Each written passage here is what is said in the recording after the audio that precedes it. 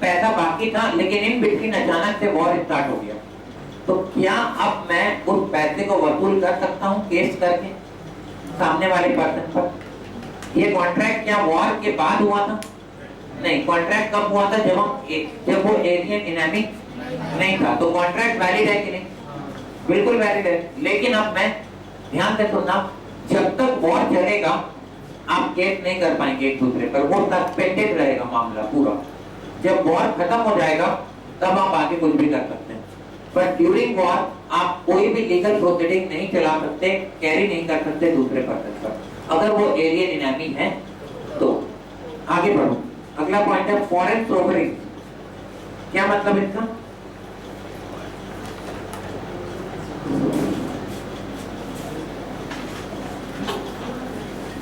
Foreign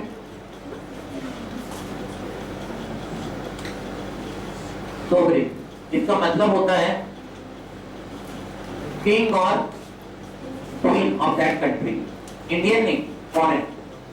दूसरे देश के राजा या रानी के साथ आप कॉन्ट्रैक्ट नहीं कर सकते हैं, आप इनएलिजिबल हैं। अगर आप कॉन्ट्रैक्ट करोगे बिना, कर लो, केस नहीं कर पाओगे उन पर पैसे वसूल करने के लिए, क्योंकि इनको एक स्पेशल वो दिया गया, स्टेटस दिया गया इनको, मतलब एक दर्जा मिला उनको, क्योंकि वो आम आदमी नहीं है, वो खास है, समझ गया?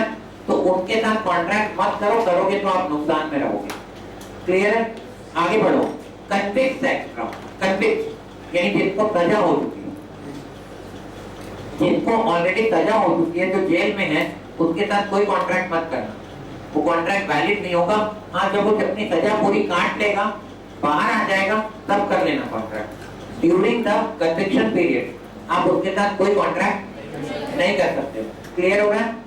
तो ये सब कौन है? डिस्क्वालिफाइड लोग हैं, इनके साथ किया गया कॉन्ट्रैक्ट माना जाएगा, कैपेसिटी था नहीं उनके पास और आपने कॉन्ट्रैक्ट किया तो कॉन्ट्रैक्ट वैलिड नहीं होगा। कोई दिक्कत है किसी को? चौथा पॉइंट है कंसीडरेशन।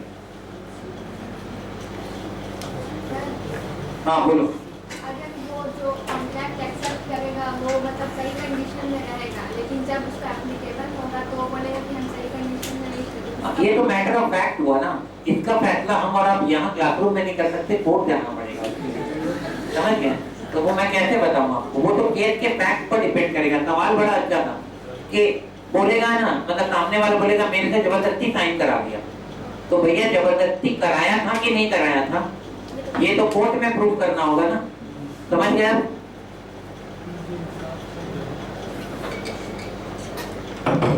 देखो अगला पॉइंट, कंसीडरेशन।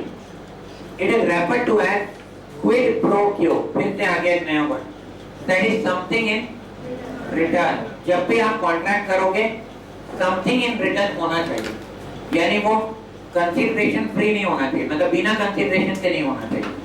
अगर कंसीडरेशन नहीं है तो वो वैलिड कॉन्ट्रैक्ट नहीं है। A valuable consideration in the sense of law may consist either in some right, interest, profit or benefit accruing to one party. अगर मैंने आपको 2 लाख रुपए का एक माल बेचने का कॉन्ट्रैक्ट किया, देने का, कि मैं आपको 2 लाख रुपए का माल दूंगा, बदले में आप 2 लाख दोगे मुझे, तो 2 लाख का जो गुड्स मैं दे रहा हूँ, तो मुझे बदले में 2 लाख रुपए का बेनिफिट होगा ना, मतलब मुझे बदले में मिलेगा ना 2 लाख, और सामने वाले को भी गुड्स मिलेगा ना 2 लाख का, तब वो मुझे 2 लाख देगा। तो दोनों को क्या हो रहा है यहाँ पर? कुछ ना कुछ बेनिफिट हो रहा है। आगे देखो, और सम फॉरबियरेंस, डिट्राइमेंट, लॉस और रिस्पांसिबिलिटी गिवन और सफर्ड और अंडरटेकन बाय द अदर। या अगर किसी को लॉस हुआ है कुछ और उसके बदले में उसे पैसे मिल रहे हैं, तो भी वो वैलिड कॉन्ट्रैक्ट है, लॉस ऑलरेडी हो चुका है। जैसे फॉर एग्जांपल, सपोज आपने एक इंश्योरेंस करा रखा था अपने प्रॉपर्टी का, और प्रॉपर्टी फायर के कारण डिस्ट्रॉय हो गया, तो वैसे केस में इंश्योरेंस कंपनी आपको कंपनसेट करेगी। क्यों करेगी? क्योंकि यहाँ पर आपने इंश्योरेंस का एग्रीमेंट कर रखा था। अब यहाँ पर इंश्योरेंस कंपनी को क्या मिल रहा?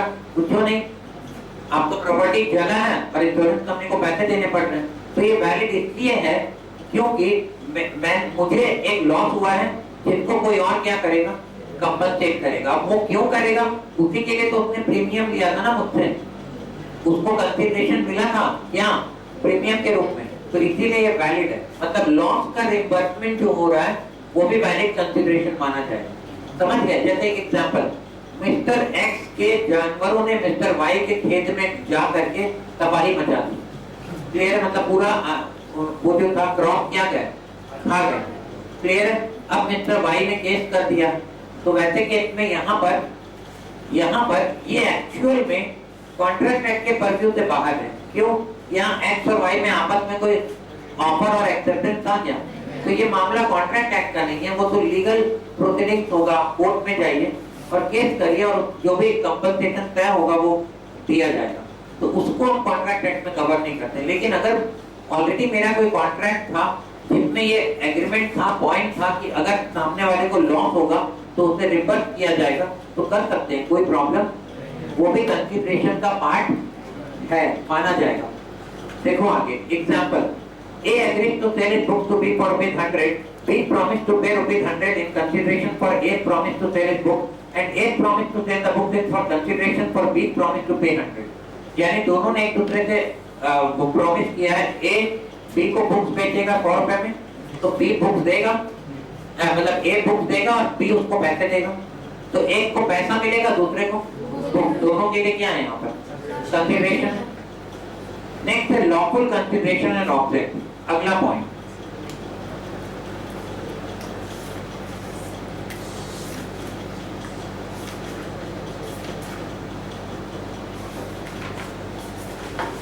जो ऑब्जेक्ट है वो भी क्या होना चाहिए? लॉफुल, या कंसिडरेशन भी लॉफुल होना चाहिए। देखो सेक्शन 23 स्टेट्स दैट कंसिडरेशन और object is not lawful if it is prohibited by law. बोल रहे हैं कि कंसिडरेशन या ऑब्जेक्ट लॉफुल नहीं होगा, इज नॉट लॉफुल अगर वो लॉ के द्वारा क्या है? प्रोहिबिटेड है, मना किया गया, और it is such as would defeat the provisions of law. अगर उसको आगे बढ़ाएंगे तो लॉ का क्या होगा? लॉ का कॉन्ट्रावेंशन होगा, लॉ डिफीट होगा, मतलब लॉ हारेगा, मतलब आप कुछ ऐसा कर रहे हैं जो लॉ के अगेंस्ट है। इफ इट इज फ्रॉडुलेंट और involve injury to the party और प्रॉपर्टी ऑफ अनदर और court regards it as immoral और अपोज टू पब्लिक पॉलिसी, मतलब किसी पर्सन को नुकसान पहुंचेगा, उसकी प्रॉपर्टी को नुकसान पहुंचेगा, ऐसा कोई एग्रीमेंट कर रहे हैं कि एक काम करो, इसको जान से मार दो और बदले में मैं तुमको 1 लाख दूंगा, तो यहाँ पर ये लॉफुल नहीं है ना, क्योंकि यहाँ पर बोल रहा है किसी पर्सन को इंजूरी, उसके प्रॉपर्टी को इंजूरी या इसी तरह का कोई भी काम, ये सब लॉफुल नहीं माना जाएगा जो पब्लिक पॉलिसी के अगेंस्ट हो, oppose to public policy, oppose to. Example, A promises to drop prosecution instituted against B for robbery। बहुत अच्छा पॉइंट है। A कौन है? इंस्पेक्टर है, और उसने बोला कि तुम अगर मुझे मतलब ब्राइब दोगे तो मैं क्या करूंगा, तुम्हारे अगेंस्ट कोई केस नहीं बनाऊंगा, या इतना हल्का केस बनाऊंगा कि कोर्ट में जाते साथ तुम छूट जाओगे, मतलब ऐसा केस नहीं, मतलब उसमें सेक्शन ऐसा डालूंगा कि तुम बच जाओगे अगर तुम मुझे 20,000 दोगे तो, और नहीं दोगे तो ऐसा डालूंगा सेक्शन की 2-3 साल के लिए तो अंदर हो जाओगे। तो इसका मतलब वो ये जो एग्रीमेंट कर रहा है, अभी एग्रीमेंट ही तो है ना, ये ऑफर दे रहा है उसको कि ये मेरा ऑफर है, 20,000 दो, बच जाओ, तो इसको लॉफुल नहीं माना जा सकता, लॉफुल ऑब्जेक्ट भी नहीं और नहीं कंसिडरेशन लॉफुल है। तो देखो आगे क्या लिखा है, तो A promises to drop prosecution instituted against B for robbery and B promises to restore the value of the things taken. The agreement is void as the object is unlawful। तो ये एग्रीमेंट बिल्कुल valid agreement किसी भी तरह का, आप जैसे मान लीजिए कोई भी ऐसे पर्सन को, जैसे जो बिल्डिंग अप्रूव करते हैं अथॉरिटी, वहां पर आप गए, अपना नक्शा दे दिया और आपके नक्शे में कुछ गड़बड़ी था, मतलब आपका एज पर बायलॉज नहीं था नक्शा, तो सामने वाले ने बोला कि अगर आप 1 लाख रुपए दोगे तो मैं नक्शा पास कर दूंगा, तो वैसे कितना आप 1 लाख उसको देते हो, तो ये लॉफुल नहीं है, क्योंकि यहाँ पर ये अगेंस्ट है पब्लिक पॉलिसी के। क्लियर हो रहा है? अगला है not expressly declared to be void.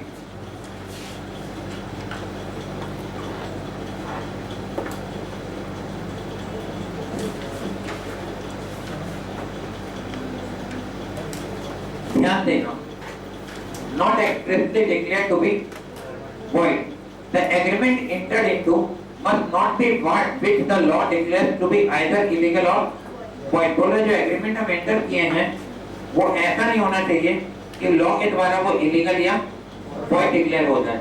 An illegal agreement is an agreement expressly or impliedly prohibited by law, यानी जो साफ साफ या हिडन भी है लेकिन लॉ के द्वारा क्या है, प्रोहिबिटेड है। A void agreement is one without any legal effect, उसका कोई लीगल इफेक्ट नहीं होता। Example, threat to commit murder or making या publishing defamatory statement or entering into agreement which are opposed to public policy are illegal in nature। बता रहा हूँ, मान लो suppose threat दिया कि मर्डर कर दूंगा तुम्हारा, अगर तुम इतने पैसे दोगे तो छोड़ दूंगा, तो वैसे केस में ये क्या है, not expressly declared to be void, यानी यहाँ पर ये वॉइड है, ये मामला सीधा सीधा ये गलत है। या जैसे फॉर एग्जांपल बदनाम करने वाले मामले उठाने के ना उठाने के बदले में पैसे मांग रहे, मतलब आपकी कुछ जानकारियां किसी और के पास हैं, वो बोल रहे हैं अगर मैं इसको पब्लिश करूंगा तो तुम बदनाम हो जाओगे, तो पब्लिश नहीं करने के लिए तुम मुझे क्या दो, पैसे दो। तो डेफामेटरी मैटर्स मतलब जिससे किसी की बदनामी होती है। या फिर आगे देखो, कोई भी ऐसा एग्रीमेंट जो कि पब्लिक पॉलिसी के क्या है, अगेंस्ट है, जैसे बता रहा हूँ ये सब क्या हो सकता है। एग्जांपल देखो, similarly any agreement in restraint of trade, marriage, legal proceeding extra are classic examples of void agreement. अब ये क्या होता है, agreement in restraint of trade मतलब ट्रेड से रोकना, बिजनेस करने से रोकना किसी को। मैंने सामने वाले को बोला कि सुनो मेरा बिजनेस है, सपोज कोई भी एक्स वाई जेड, और तुम्हारा बिजनेस भी वही है, तुम एक काम करो मेरे से 2 लाख रुपए ले लो या 10 लाख ले लो और ये अपना बिजनेस क्या करो बंद कर दो, या मुझे दे दो, मैं क्या करना मैं समझूंगा। इंटेंशन क्या है, सामने वाले को हम बिजनेस करने से अब रोकना चाहते हैं कि वो अब ये काम ना करे ताकि हमारा मोनोपोली हो, क्या हो, मोनोपोली। तो वैसे सिचुएशन में ये अगेंस्ट लॉ है, ये एग्रीमेंट लीगल एग्रीमेंट नहीं माना जाएगा। पहला। दूसरा, रिस्ट्रेंट ऑफ मैरिज, यानी अगेन शादी करने से रोकना।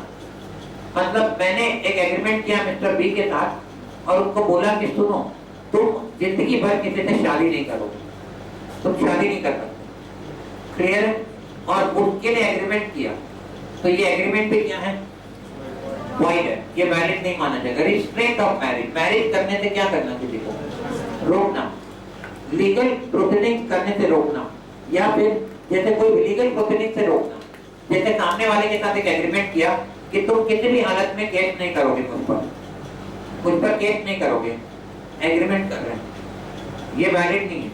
और बदले में कंसिडरेशन देना, कंसिडरेशन वैलिड नहीं है, ये कोर्ट इसको कभी अलाउ नहीं करेगा कि आप किसी से पैसे लेकर उसको बोल दो मैं आप पर केस नहीं करूंगा, ये गलत है, समझ गए। और इसी तरह से होता है वैगरिंग एग्रीमेंट, ये भी वॉइड होता है शुरू से, आप लिख सकते हैं आगे वहीं पर नोट में, WAGERING वैगरिंग एग्रीमेंट, WAGERING वैगरिंग एग्रीमेंट क्या होता है, ये गैम्बलिंग is also void, लिख लो वैगरिंग एग्रीमेंट ब्रैकेट में गैम्बलिंग is also void, वहीं पर लिख लो वैगरिंग एग्रीमेंट ब्रैकेट में gambling bracket close is also void। किसी भी तरह का गैम्बलिंग वाला एग्रीमेंट क्या होता है, इलीगल होता है। हम इसके बारे में भी और चर्चा करेंगे बाद में। तो चलो वापस आते हैं, अब ध्यान देना, ये कंप्लीट हो गया। बहुत अच्छा टॉपिक क्या था ये, एसेंशियल ऑफ वैलिड कॉन्ट्रैक्ट। इसमें 1 2 3 4 5 अदर पॉइंट्स थे और 1 2 3 4 5 6 जो थे ये सेक्शन 10 में लिखा है, कॉन्ट्रैक्ट एक्ट के सेक्शन 10 में। चलो पढ़ते हैं इसको। यहाँ से 2 पार्टी, कम से कम कितने पार्टी होने चाहिए, तो पार्टी का इंटेंशन क्या होना चाहिए, लीगल ऑब्लिगेशन। सोशल अरेंजमेंट जो होते हैं वो यहाँ कवर्ड नहीं हो सकते। अदर फॉर्मेलिटीज, जैसे फॉर एग्जांपल मैंने कहा था रजिस्ट्री कराना जरूरी है, तो केवल एग्रीमेंट करने से नहीं होगा, रिटन में होना चाहिए एग्रीमेंट, ये जरूरी है, ये अदर फॉर्मेलिटी है। सर्टेनिटी ऑफ मीनिंग, उसमें हम कॉन्ट्रैक्ट में क्या लिख रहे हैं वो सर्टेन होना चाहिए। कुछ भी लिख दिया 100 मीटर ऑफ क्लोथ, कौन सा क्लोथ, डिटेल कुछ नहीं है, तो वैसे केस में ये एग्रीमेंट वैलिड नहीं होगा। Possibility of performance, impossible activity के लिए प्रॉमिस कर रहे हैं, इम्पॉसिबल, हाँ, कि तुम मुझे 2 लाख दो, मैं तुम्हें एक ऐसी दवाई दूंगा जिससे तुम 1000 साल जिंदा रहो, बताओ ये प्रॉमिस चलेगा, नहीं, इम्पॉसिबल है। इसी तरह से ये है ऑफर एंड एक्सेप्टेंस। ऑफर आना चाहिए और बदले में उसका एक्सेप्टेंस होना चाहिए, तब जाके वो वैलिड प्रॉमिस है और तब जाकर वो बनेगा एग्रीमेंट। फ्री कंसेंट, उस कॉन्सेप्ट में किसी तरह का दबाव, जबरदस्ती, प्रेशर, अंडर इन्फ्लुएंस या धोखाधड़ी नहीं होना चाहिए। गलती से ना लिया हो, गलती से अगर मिस्टेक से लिया गया बाई मिस्टेक तो वॉइड है और बाकी सारे केसेस में वॉइडेबल है। या फिर capacity of the party, 3 case में कैपेसिटी नहीं होता पार्टी का, माइनर होगा या फिर क्या अनसाउंड माइंड या फिर डिस्क्वालिफाइड है वो एग्रीमेंट करने के लिए। तो इसमें डिस्क्वालिफाइड में और भी लोग कवर्ड थे, जैसे मैंने बोला ना फॉरेन के रहने वाले लोग तो किंग या क्वीन है, फॉरेन सोवरेन या एलियन नेवी, ये लोग क्वालिफाइड नहीं होते हैं और हम इन पर केस नहीं कर पाएंगे, तो यहाँ पर कैपेसिटी माना जाएगा सही नहीं। कंसीडरेशन इन्वॉल्व होना चाहिए, बिना कंसीडरेशन नहीं चलेगा। कंसीडरेशन 2 केस में आता है, पहला या तो हमें कुछ बेनिफिट हो रहा है और या हमें ऑलरेडी लॉस हो चुका है जिसको कंपनसेट कर रहा है सामने वाला, वो चलेगा। लॉफुल कंसीडरेशन एंड क्या इलीगल ऑब्जेक्ट के लिए, जैसे मैंने लास्ट क्लास में एग्जांपल दिया था, बैंक रॉबरी के लिए 3 दोस्तों ने मिलकर के प्लान बनाया और आपस में एग्रीमेंट कर लिया पार्टनरशिप कि लूट का इतना हिस्सा, इसका हिस्सा, इतना हिस्सा, इतना, और काम पे डिवाइड किया। तुम्हारा काम सारे ताले तोड़ने होंगे बैंक के, एक का काम होगा गाड़ी भगाने का काम जब चोरी कर लेंगे उसके बाद, और एक का काम होगा वहां की सारी जानकारियां लेने का काम, राइट। सबका अलग अलग एक्सपर्टीज है, बोलो। तो वैसे केस में क्या ये वैलिड कॉन्ट्रैक्ट है? नहीं, क्योंकि ऑब्जेक्ट क्या है अनलॉफुल, या स्मगलिंग का कॉन्ट्रैक्ट किया सामने वाले के साथ। जैसे मान लो सपोज हमको पता है कि ज्यादातर अफीम जो है ना वो पाकिस्तान से आता है और बॉर्डर जो है वो राजस्थान बॉर्डर गुजरात बॉर्डर बहुत फेमस है, तो वहां से ये सारा नार्कोटिक्स आता है इंडिया, और आज से नहीं आ रहा है, हमारे दादा परदादा के जमाने से आ रहा है, मतलब सैकड़ों साल से आ रहा है, आज से नहीं आ रहा है। क्लियर है? और इसका वर्णन जो है, इसका जो जिक्र जो है वो हमारे वेद पुराणों में भी तो है। भगवान शंकर, बोलो, वो भी तो नार्कोटिक आइटम कंज्यूम करते थे ना, आप पढ़िए। इसीलिए तो पूरा गाना बना हुआ है इसके ऊपर, क्या जय जय शिव शंकर, और वो भांग पी करके डांस करता है हीरो। तो कहने का मतलब क्या है समझिएगा, भी आज से नहीं है ये सब, कब से है? पुराने जमाने से है। तो वैसे किसने एग्रीमेंट किया कि तुम मुझे हर महीने इतना माल दोगे और बदले में मैं तुम्हें इतना पेमेंट करूंगा, बोलो वैलिड एग्रीमेंट है? कोर्ट में जाएंगे, ये बोला था, प्रॉमिस किया था, माल नहीं दिया मुझे, बोलो नहीं है, क्योंकि अनलॉफुल क्या है? ऑब्जेक्ट है, not expressly declared to be void. वो शुरू से क्या नहीं होना चाहिए? वॉइड नहीं होना चाहिए। क्यों वॉइड हो सकता था शुरू से? एग्रीमेंट में ऐसे कंडीशंस हैं जो कि लीगल है ही नहीं, जैसे agreement in restraint of trade, restraint of marriage, restraint of legal proceeding या वैगरिंग एग्रीमेंट, ये सब शुरू से क्या है? वॉइड, जो नहीं किए जा सकते थे। क्लियर हो रहा है? तो इससे वो लीगल एग्रीमेंट नहीं माना जाएगा, वैलिड एग्रीमेंट नहीं माना जाएगा। तो ये कंप्लीट हो गया एक पर्टिकुलर टॉपिक आपका। और क्वेश्चन नंबर 5, अगला सवाल।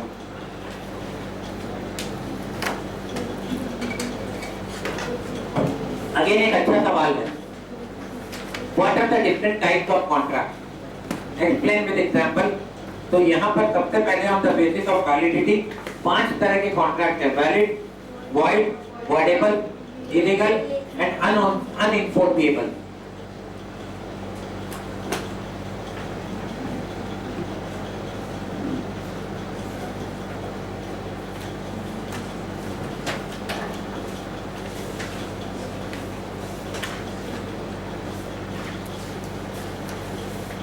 पहला है ऑन द बेसिस ऑफ, क्या बोला? वैलिडिटी। और सबसे पहला लीगल है, ये तो बहुत ही आसान है, यानी वैलिड। और उसके बाद वाला जो है बहुत इंपॉर्टेंट है, वो है वॉइड, जिसके बारे में आप ज्यादा नहीं जानते हैं। वैलिड के बारे में तो बहुत जानते हैं आप, तो जरा देखो अगले पेज में on the basis of validity. पहला, an agreement which is binding and enforceable is a valid contract. It contains all the essential elements of a valid contract. चलो आगे बढ़ते हैं। सेकंड, इसको एक्सप्लेन करने की भी जरूरत अभी नहीं। void contract क्या है? तो देखो section 2I states as follows: a contract which ceases to be enforceable by law becomes void when it ceases to be enforceable. बोल रहा है contract which ceases to be enforceable by law, जो law के द्वारा enforceable नहीं हो पाएगा, becomes void when it ceases to be enforceable, जब वो enforceable होने लायक नहीं रहेगा तो बन जाएगा क्या? void. आगे देखो, thus a void contract is one which cannot be enforced by a court of law. Example, Mr. X agrees to write a book with a publisher. उन्होंने एग्रीमेंट कर दिया, क्या गलत है कि सही है? सही है भाई। पब्लिशर के साथ एग्रीमेंट किया कि कुछ दिनों के बाद मैं आपको एक बुक दूंगा, और पब्लिशर बोला कि मैं इसे पब्लिश करूंगा और बदले में मैं आपको इतना इतना दूंगा। पब्लिशर ने भी प्रॉमिस किया। After few days X dies in an accident, X मर गया, एक्सीडेंट हो गया, मर गया, ऊपर चला गया। अब बताओ क्या ये एग्रीमेंट अब कंप्लीट हो पाएगा कभी भी? Answer is no.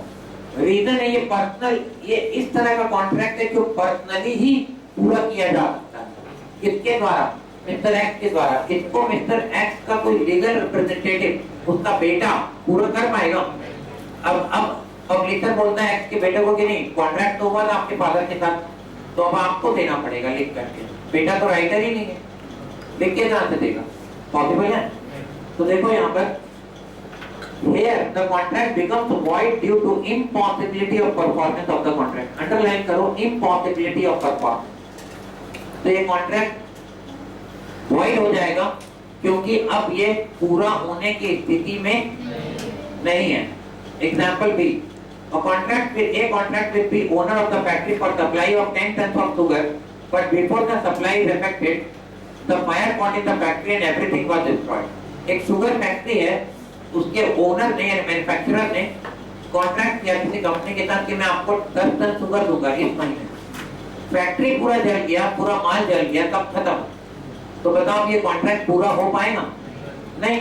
तो इसलिए लिखा आगे, but before the supply is affected the fire caught in the factory and everything was destroyed, here the contract becomes क्या? void. It may be added by way of clarification here that when a contract is void, it is not a contract at all. तब उसको contract मानते ही नहीं। इसका मतलब दोनों party में से किसी को भी कोई पावर अब नहीं मिलेगा, राइट नहीं मिलेगा उस कॉन्ट्रैक्ट के बेसिस पर। जैसे शुगर वाले एग्जांपल में, जो शुगर फैक्ट्री जल गया, तो ना तो वो बायर उस फैक्ट्री के मालिक पर केस कर पाएगा और ना ही फैक्ट्री का मालिक उस पर, क्योंकि कॉन्ट्रैक्ट ही क्या हो गया? खत्म, कैंसिल हो गया। void कॉन्ट्रैक्ट का मतलब होता है no contract, contract not at all in existence. समझ में आ रहा है? देखो आगे क्या लिखा है, आगे कुछ नहीं लिखा है, अब मैं लिखाता हूँ। चलो लिखो, लेकिन कम से कम 7-8 लाइन है, तो कहाँ लिखोगे? ऊपर लिखो, अपने नोट के ऊपर में काफी जगह है, छोटा छोटा लिखना, और जगह बचेगा तो नीचे लिखना, फिर नहीं होगा तो लिखो फीचर्स ऑफ void कॉन्ट्रैक्ट। इसकी खासियत, void कॉन्ट्रैक्ट के फीचर लिखो। पहला point,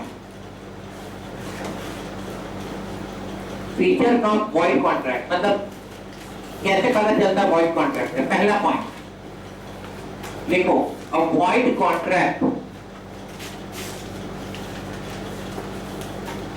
does not give right to any legal consequences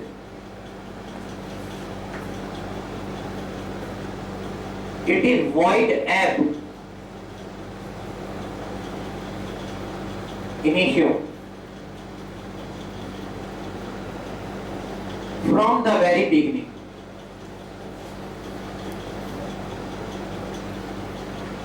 Full stop.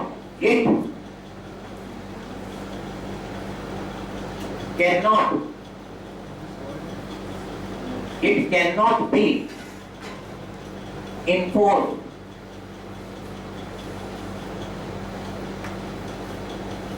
at court of law. पहले लिख लो, बाद में बताऊंगा क्या है। It cannot be enforced at court of law. Second number point. Certain agreement have been expressly declared as void.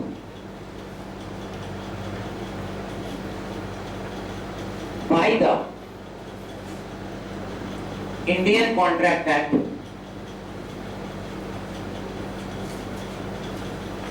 1872 in section 11, 23 से 30 and section 56। कुछ ऐसे कॉन्ट्रैक्ट हैं जिनको स्पेसिफिकली इंडियन कॉन्ट्रैक्ट एक्ट में क्या बोला गया, वॉइड है। इंडियन कॉन्ट्रैक्ट ने वॉइड बोल दिया गया। जैसे समझो मैं ऐसे बोल सकता हूँ पूरी क्लास में कि हाँ मतलब सपोज कोई भी बंदा कि सपोज ये बंदे नाम बोलो, किशन क्या ओ किसान, चलो ठीक है जो भी नाम है, ये फ्रॉड है, ये बंदा मैंने डिक्लेयर कर दिया। तो इसका मतलब समझो भी यहाँ पर क्या इनसे ये पूछा गया कि आप कौन है, क्या है, आप सही है, गलत है, कुछ भी है नहीं है। मैंने क्या बोला, तुम फ्रॉड, मामला खत्म। यहाँ पर क्लियर हो गया।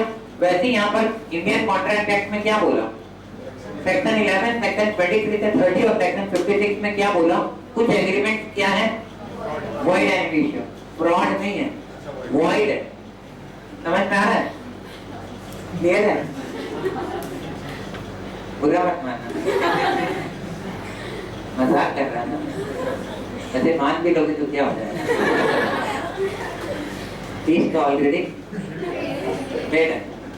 तो चलो आगे बढ़े, पॉइंट नंबर 3 और लास्ट पॉइंट है ये, देखो फटाफट, टाइम नहीं हो रहा है, क्लास खत्म करना है जल्दी। There can't B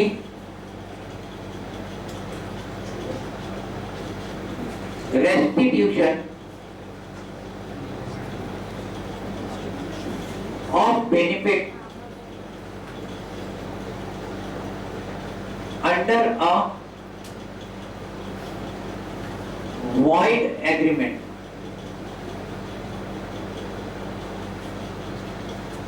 and if something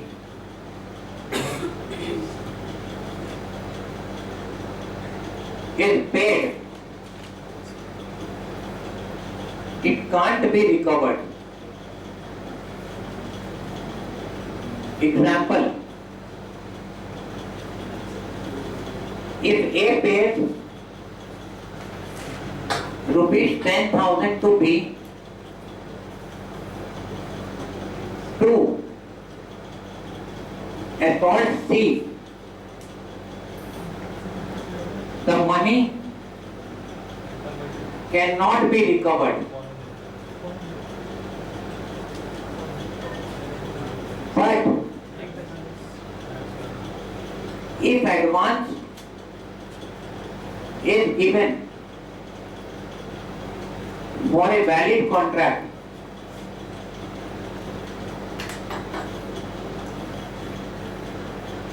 which becomes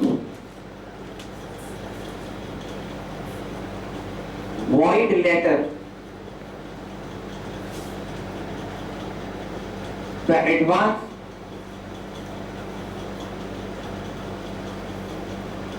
shall be returned.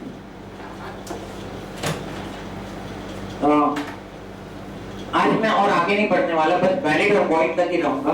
पर ये 3 पॉइंट पहले लिखो और जल्दी से इसको समझ लेते हैं 1 मिनट में, ठीक है? हाँ लो, मैं रिपीट कर दे रहा हूँ। Point number 3, there can't be restitution of benefit under a void agreement and if something is paid it cannot be recovered.